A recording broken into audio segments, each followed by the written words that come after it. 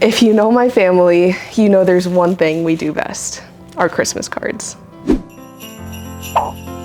I mean, what else would you expect with a mom who's an emotional, sentimental water sign and a dad who's a professional photographer? For the past 24 years of my life, the annual Esposito Christmas card has been our constant. No matter what was going on, we'd always find time to carry on this family tradition.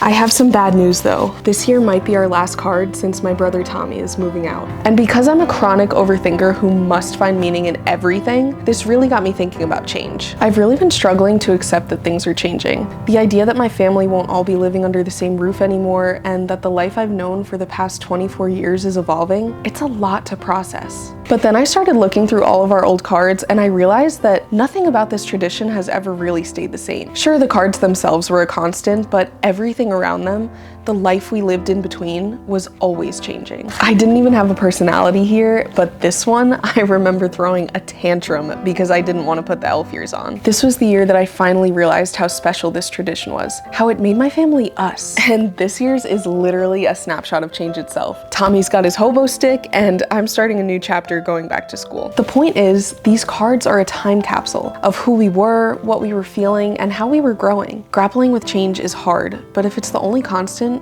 we really have no choice. I think the trick is reframing it. Change isn't about losing what was. It's about carrying it with you while also making room for what's next. This might be the last card we make like this, but that doesn't mean it's the end of the tradition. It's just the start of something new.